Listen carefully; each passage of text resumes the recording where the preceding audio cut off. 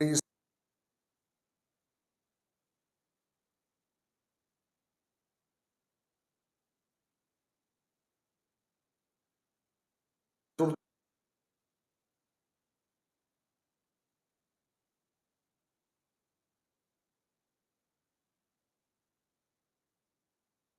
ये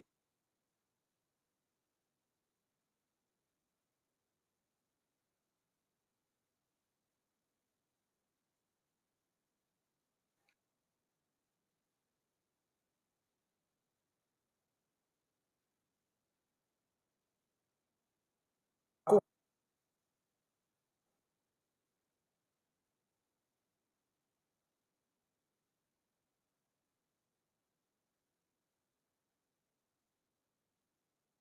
केवल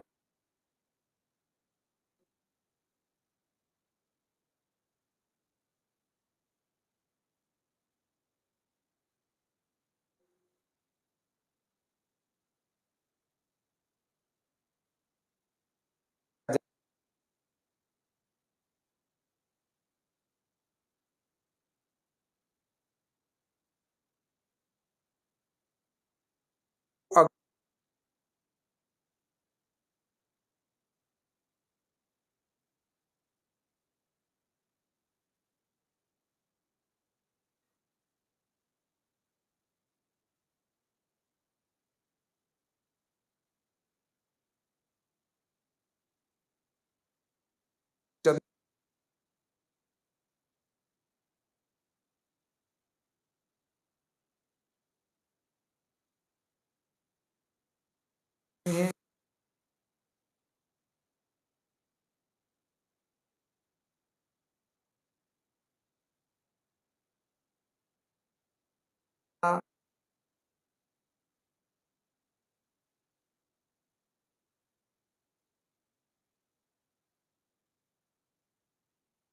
है, द्वादश नाग उनकी भी टेबल दे दी गई है, अष्टनाग उनकी भी टेबल दे दी गई है, 7 प्रकार की वायु उसकी भी टेबल दे दी गई है।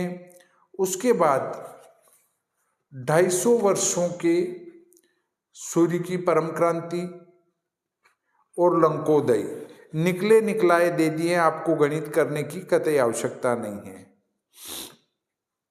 लगभग 500 वर्षों के बारहस्पत्यमानेन भुक्त भोग्य निकालकर आपको दे दिए हैं। रोहिणी का निवास कहाँ होगा, समय का निवास कहाँ होगा और संवत का वाहन क्या होगा, ये सब इस छोटी सी पुस्तक में आपको मिलेंगे। आप इसको मंगवा सकते हैं। इसके बाद है सूर्योदयास्त साधन। ये पुस्तक है छोटी सी, है तो वैसे 400 से ऊपर पृष्ठ की है, 468 पृष्ठ, 416 पृष्ठ हैं इसके। इसमें आप पाएंगे 0 डिग्री से लगाकर 67 डिग्री तक प्रत्येक 10 कला के अंतर पर दिनमान सारिणी। इस सारणी में आप विश्व में किसी भी स्थान का दिनमान, रात्रिमान, सूर्योदय, सूर्यास्त भारतीय पद्धति से निकाल सकते हैं। सूर्योदय के 6 प्रकार हैं, परंतु उसमें से हमने इसमें जो पद्धति स्वीकार की है वो भारतीय पद्धति को स्वीकार किया है, और भारतीय पद्धति से आने वाला सूर्योदय ही इससे आएगा। और श्री भादो माता पंचांग जो हमारा चलता है उसमें भी भारतीय पद्धति से ही सूर्योदय हम लगाते हैं। अब इससे सूर्योदय, सूर्यास्त, रात्रिमान, दिनमान निकाल लेंगे। आप किसी भी स्थान की जन्म पत्रिका बना रहे हैं, किसी भी स्थान का सूर्योदय सूर्यास्त जानना है, बहुत खेल खेल में निकाल लेंगे। सबसे पहले प्रातःकालिक सूर्य स्पष्ट को सायन करना पड़ेगा। सायन करके इसमें इधर खड़ी में राशियां लिख रखी है, ऐसे आड़े में अंश लिख रखे हैं। राशि और अंश को मिलाने पर जहाँ मिलता है वो दिनमान होगा। बस दिनमान को 60 घटी में से घटा दो, रात्रिमान आएगा, उसमें 5 का भाग लगा दो, लोकल सूर्योदय आएगा, उसमें स्टैंडर्ड अंतर और बेलांतर का संस्कार किया और आपके स्थान का सूर्योदय प्राप्त हो जाएगा। ये इतना सा काम है। अब हम दूसरी पुस्तक को ग्रहण करते हैं, तो वो है विश्व सायन लग्न सारणी। ये आपकी है कुल पृष्ठ 864 पृष्ठ। इसमें 2 टेबल है एक ही अक्षांश की, एक टेबल है राशि अंश साधन की है, राशि अंश से मान लेने की, दूसरी टेबल है वो कला विकला के मान लेने की है। इससे ये पुस्तक बहुत ही बृहद बनी है। इसमें प्रत्येक माह की 1 तारीख के अयनांश निकाल कर दे दिए हैं।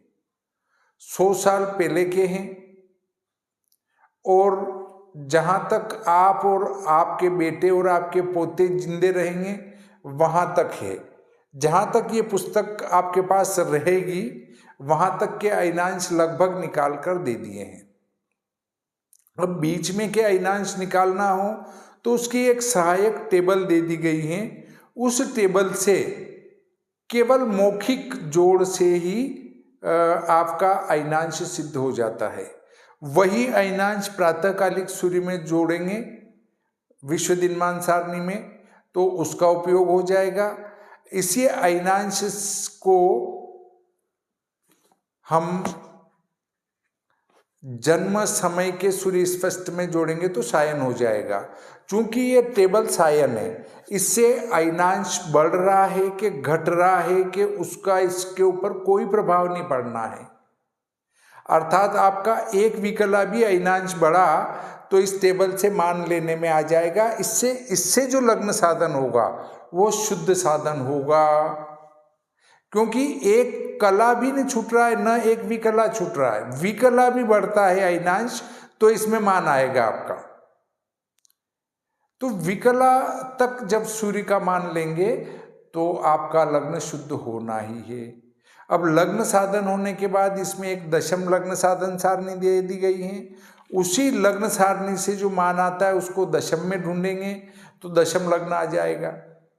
दशम में 4 राशि जोड़ेंगे तो 6 राशि जोड़ेंगे तो चौथा भाव आ जाएगा।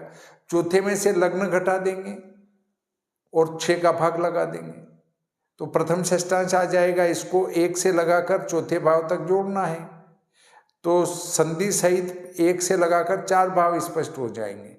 फिर क्या करेंगे कि इस षष्ठांश को 30 में से घटा देंगे, एक राशि में से घटा देंगे तो दूसरा षष्ठांश आ जाएगा। इसको चौथे भाव से 7वें भाव तक जोड़ देंगे तो चौथे से 7वें तक के भाव स्पष्ट हो जाएंगे। इस प्रकार पहले से लगाकर 7वें तक के भाव स्पष्ट हो जाएंगे और इनमें 6 राशि जोड़ देने पर अगले 6 भाव और स्पष्ट हो जाएंगे। इस प्रकार खेल खेल में इससे भाव साधन कर सकते हैं। भाव साधन की भी 2-3 विधियां बता रखी है कि आप सरल से सरल ढंग से कैसे भाव साधन कर सकते हैं, वो विधि भी इसमें आपको बताई गई है।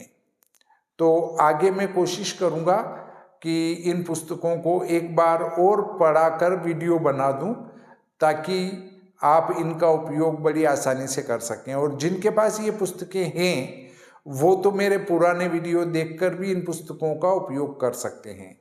तो ये पुस्तकें आपके लिए बहुत ही उपयोगी सिद्ध होगी।